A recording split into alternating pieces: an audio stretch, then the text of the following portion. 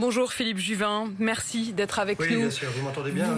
Je vous entends très bien, Bonjour. Je pense que les téléspectateurs également. Évidemment, on fait avec les moyens du bord. Vous êtes à l'hôpital, vous êtes chef des urgences de l'hôpital Georges Pompidou à Paris. Vous êtes aussi, d'ailleurs, il faut le mentionner, maire Les Républicains de la Garenne-Colombes dans les Hauts-de-Seine. Vous êtes devenu l'un des visages qui nous est désormais familier depuis le début de cette crise. Vous êtes dans votre hôpital, l'un des plus gros d'Île-de-France. D'abord, ma première question, c'est à quoi faites-vous face ce matin? Quelle est la situation? On fait face en fait dans un service d'urgence à une arrivée qui ne cesse non pas de croître, elle est relativement constante à quelques unités près aux urgences depuis maintenant plusieurs jours, mais avec une caractéristique particulière, c'est que les patients qui viennent sont plus malades que d'habitude. On en garde presque plus de la moitié qui restent hospitalisés. Pour vous donner un élément de comparaison, dans une période normale d'activité d'urgence, on garde environ 15% des gens qui viennent aux urgences, les autres rentrant à domicile. Là, le rapport est inversé. On est à plus de 50% des patients qui se présentent aux urgences qu'on est obligé de garder hospitalisés, dont un certain nombre, 5-6%, qui passent directement en réanimation, ce qui est évidemment important. Et quand vous les gardez combien de temps? On a l'impression que c'est des hospitalisations aussi beaucoup plus longues que d'habitude. Alors là, on n'a pas assez de recul pour vous répondre. En fait, tout dépend de la gravité des choses. La plupart du temps, nous gardons les gens à l'hôpital pour deux grandes raisons. La première raison, c'est qu'il y a des patients qui sont extrêmement fatigués, donc qui chez eux ne sont plus capables même de s'alimenter, de se lever, ne serait-ce que pour boire. Donc ça justifie une hospitalisation. Et puis pour les cas les plus préoccupants, ce sont ceux qui ont besoin de recevoir de l'oxygène parce que leurs poumons ne sont plus capables d'assumer correctement la fonction qui est la leur, c'est-à-dire de prendre l'oxygène qui est dans l'air, dans l'air ambiant, et de l'amener jusque dans la partie profonde du poumon qu'on appelle l'alvéole, ce qui permet à l'oxygène de passer de l'alvéole jusqu'au vaisseau et ensuite d'emmener l'oxygène au tissu. Eh bien, ces patients qui manquent d'oxygène sont de gravité différente. Il est clair qu'on considère qu'un patient qui doit passer finalement en réanimation et être soumis à ce qu'on appelle un ventilateur artificiel pour l'aider à respirer, probablement sera gardé 15 jours à 3 semaines pour les patients les plus graves. 15 jours à 3 semaines en respiration artificielle et une convalescence également derrière, parce que c'est un acte très lourd. Oui, alors là, vous savez, on n'en est pas encore là. Il y a quelques patients et pas encore dans notre hôpital, mais quelques patients qui ont été en Île-de-France hospitalisés et intubés et ventilés il y a maintenant 15 jours, quelques-uns sortent du coma dans lequel nous les avons plongés artificiellement pour qu'ils puissent supporter la machine. Et on n'a pas encore assez de recul, mais il est très clair que quand on est soumis à une telle épreuve, on n'est pas en forme le lendemain. Il faut de longues semaines et de longs mois de réhabilitation. Philippe Juvin, est-ce que vous avez tout ce qu'il vous faut?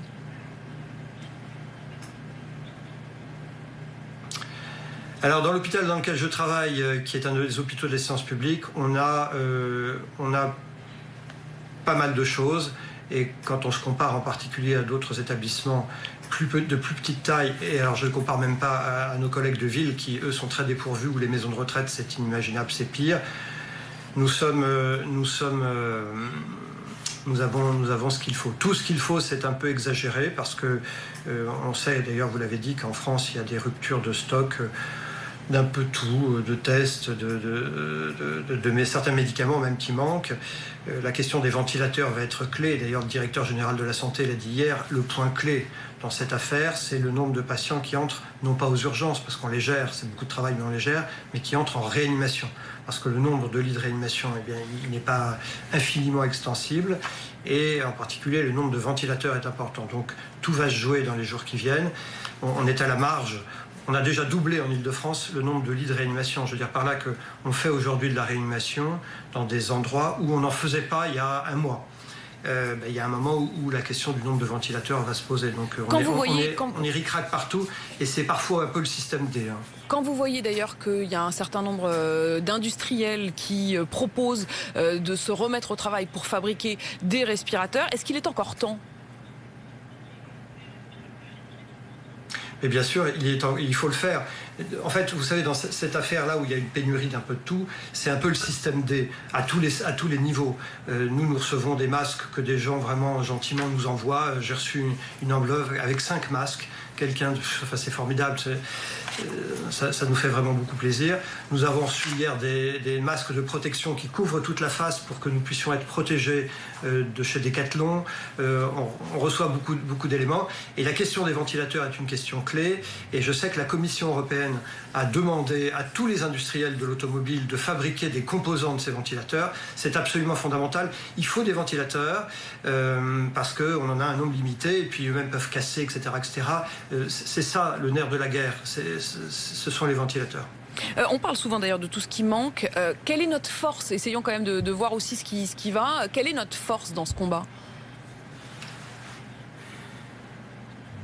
C'est la bonne volonté des gens.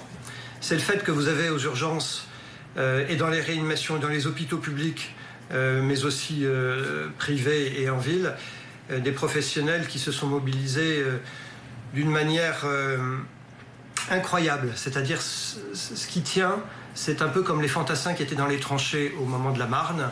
Il y a eu un miracle de la Marne, on le sait. Il y a un miracle du système de santé, avec des gens qui travaillent dans des conditions parfois très compliquées, qui honnêtement, quand on voit le salaire d'un aide-soignant ou d'une infirmière, qui s'exposent tous les jours, eh bien c'est un combat.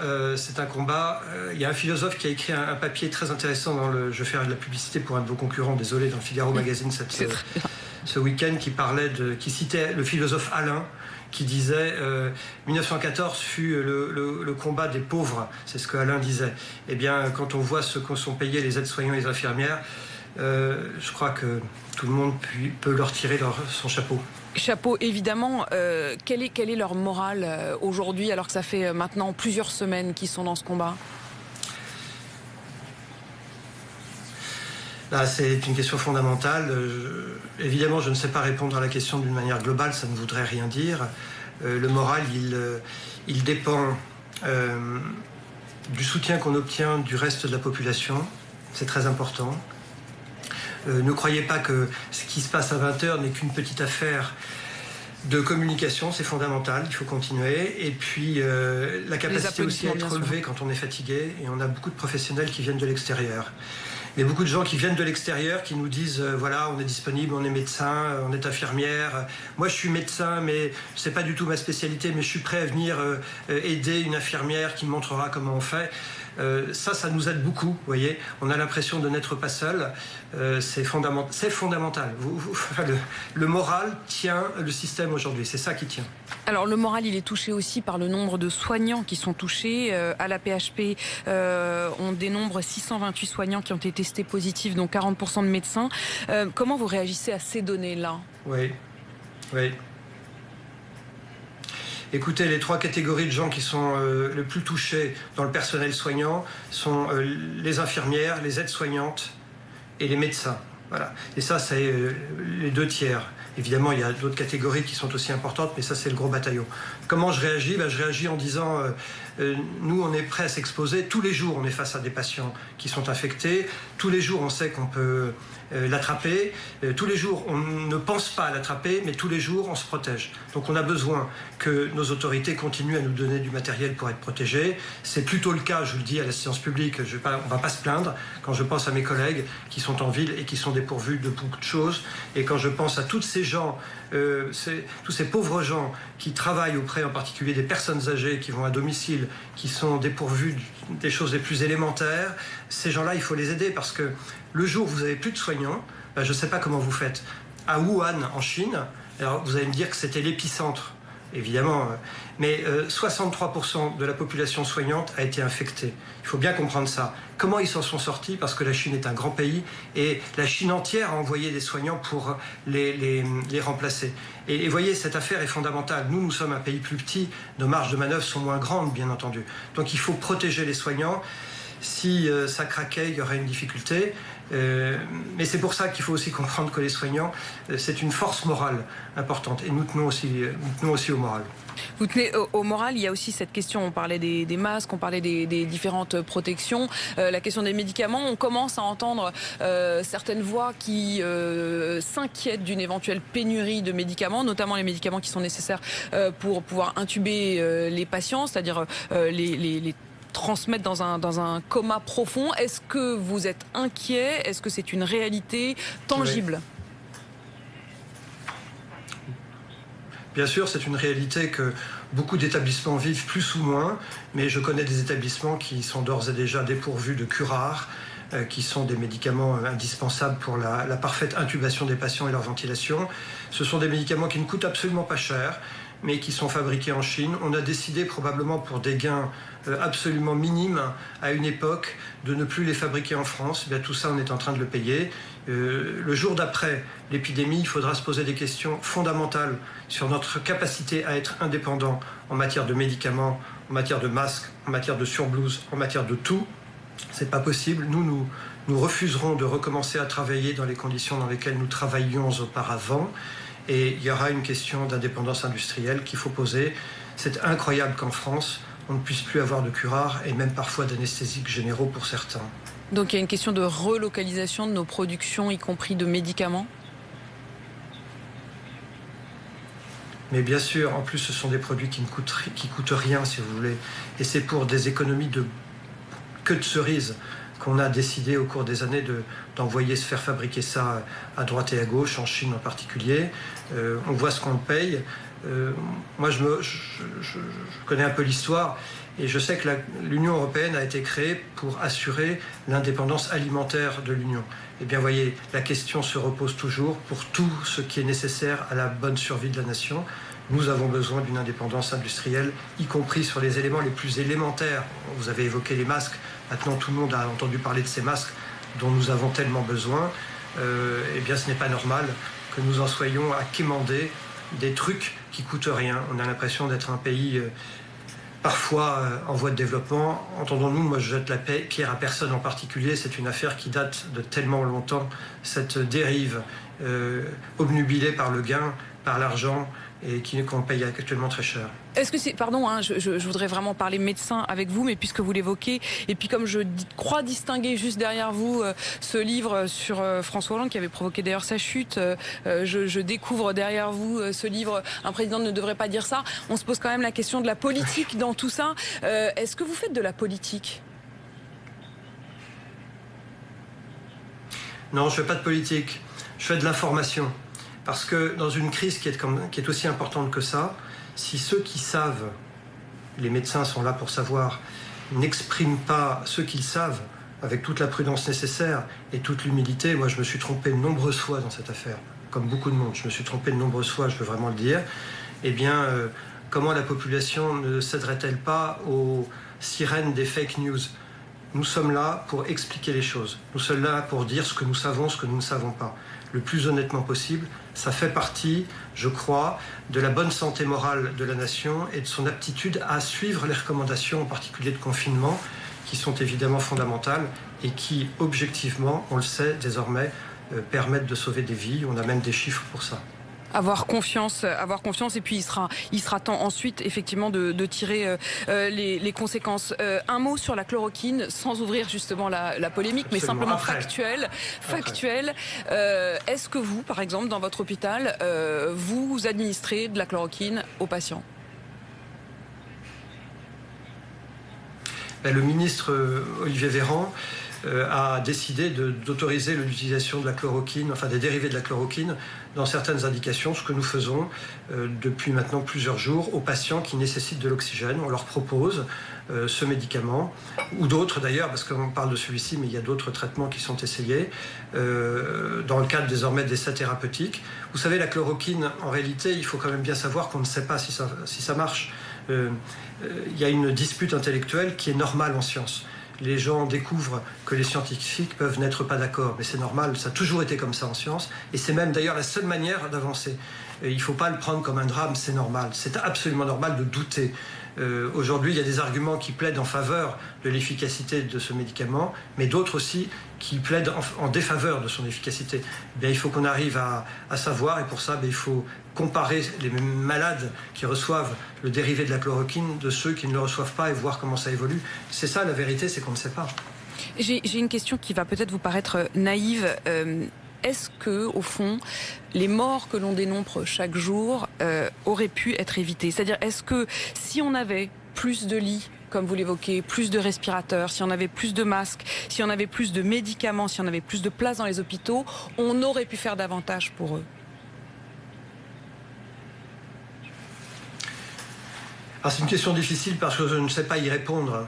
Intuitivement, je pourrais penser que si on se mettait à tester toutes les populations de toutes les EHPAD, par exemple, en donnant beaucoup de matériel aux gens qui soignent les patients, eh bien, on éviterait le passage du virus d'un résident à un autre. Et donc, on diminuerait le nombre de cas et peut-être le nombre de morts. D'ailleurs, dans la commune dont je suis maire, vous avez rappelé que j'étais maire, à partir d'aujourd'hui, nous testons la totalité de tous les résidents de nos 2 EHPAD pour séparer ceux qui sont positifs et négatifs à 2 étages différents et casser la contagiosité. Comment vous faites? Pardon, probable, juste un instant là-dessus. Personne ne saura dire. Je vous arrête un instant sur ce que vous avez évoqué. Dans votre commune, vous avez des tests. Pourquoi est-ce que d'autres ne le font pas? Oui. Je ne sais pas. Moi, j'ai trouvé un laboratoire, le laboratoire qui est dans notre commune, qui s'est débrouillé pour avoir des tests. Nous, on l'a aidé en mettant en place une logistique. Les infirmières de ville et les médecins de ville viennent nous aider à faire les tests. Et on va tester aujourd'hui et demain la totalité de nos résidents. À l'issue, on saura qui est positif et qui est négatif. On mettra les positifs à un étage, les négatifs à un autre. Et donc, comme ça, on crée une barrière supplémentaire pour éviter la contagion croisée. Moi, je crois que c'est ce qu'il faut faire absolument partout. Votre question initiale, est-ce qu'on aurait pu sauver des gens? Donc, vous voyez, c'est probable. À combien, je ne sais pas. Ce que je peux vous dire, en revanche, il y a un papier de l'Imperial College qui va être publié aujourd'hui, qui a évalué le nombre de morts qu'on a évité déjà en France, grâce au confinement qui a été décidé par Emmanuel Macron il y a maintenant 15 jours. On considère qu'on a pu éviter probablement 2500 morts déjà. Donc vous voyez, on n'est pas dans des petites choses. Le confinement qui fait râler tant de monde, eh bien aujourd'hui, c'est 2500 vies qui ont été évitées. Je vous repose ma question peut-être autrement. Est-ce que parmi les gens qui sont décédés du coronavirus, certains l'ont été parce qu'il manquait quelque chose pour les aider? Non mais je vois bien, on essaye de comprendre en fait. On nous parle du manque et on nous parle des morts. Est-ce qu'au fond, de toute façon, c'était inévitable ou est-ce que ça l'était? Non, rien n'est inévitable. Quand on voit l'Allemagne, ils ont un taux de mortalité qui est très faible. Alors pourquoi est-ce? Je ne sais pas. En tout cas, il est clair que c'est l'ensemble des mesures barrières, dont le masque, dont les solutions hydroalcooliques, dont les combinaisons pour se protéger, dont le confinement précoce, dont plein de choses qui, pris ensemble, fait qu'on a moins de morts. Que vous répondent d'autres, je ne sais pas quantifier ça, mais c'est évident. Plus vous faites, plus vous mettez en mesure des mesures de protection, bien moins vous avez de soignants qui sont affectés, moins vous avez de patients qui tombent malades. C'est sûr. Philippe Juvin, vous parliez du confinement. Tout ça, on en fera le bilan. On en fera le bilan très clair après.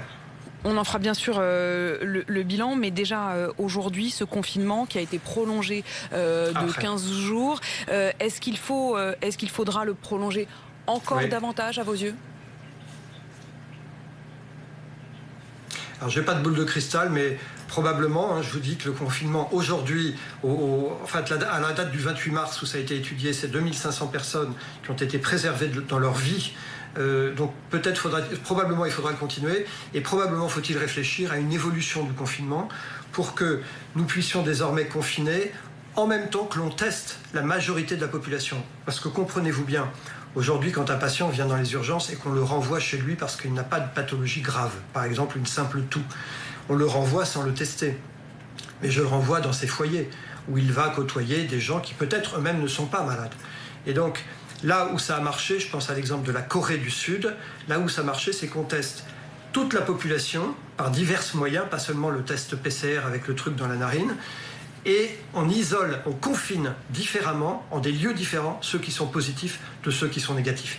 Et donc moi je crois que la sortie du confinement, elle doit être accompagnée par une politique extrêmement développée de testing de la population. Ça, c'est quelque chose qu'il faut avoir en tête. Le confinement up-to-date, le vrai confinement, c'est celui qui s'accompagne d'un testing de la population. Avec une question, évidemment, Philippe Juvin, qui est la question de la part faible, du coup, on l'espère, bien sûr, dans l'urgence de la population qui aura été en contact avec ce virus, mais se pose du coup la question de l'immunité collective. Est-ce qu'il y aurait un risque de rechute ensuite du fait que finalement on a mis sous cloche quelque temps le pays et que donc il n'y aura pas eu une proportion de la population suffisante qui aura été immunisée? Alors on considère habituellement dans les modèles d'épidémie que quand la moitié de la population est immunisée parce qu'ils ont rencontré le virus, eh bien l'épidémie diminue en intensité. À 75% de la population immunisée, on dit habituellement que l'épidémie disparaît. Donc il est très clair que si brutalement on dit à tous ceux qui étaient chez eux confinés et qui n'ont pas rencontré le virus, heureusement c'était fait pour ça, de sortir, le risque c'est qu'ils s'infectent, ce sont des patients naïfs pour le virus, dit-on, et qui là pour le coup tombent malades. C'est pour ça que la sortie du confinement, il faut y faire extrêmement attention et qu'elle doit être accompagnée des mesures dont je parlais, à savoir le testing le plus large possible de la population pour faire en sorte que ceux qui sont positifs, eh bien rapidement on les éloigne et on les isole. On n'a qu'à ouvrir toutes les chambres d'hôtel de France et de Navarre, on n'a qu'à ouvrir les centres de vacances, on isole tous ces gens le temps qu'ils développent la maladie et peu à peu on va avoir la vague qui va s'étaler avec une population qui va s'immuniser tranquillement, lentement, sans submerger le système de santé, parce qu'évidemment le sujet est là. Donc effectivement, oui, il y a ce risque. Il faut l'avoir. Merci beaucoup. Merci Philippe Juvin d'avoir pris le temps d'être avec nous sur RMC et BFM TV. On l'entend, ce sera long, il faudra être patient. Merci à vous, courage pour cette journée qui sera sans doute longue. Il est 8h55 sur BFM et RMC.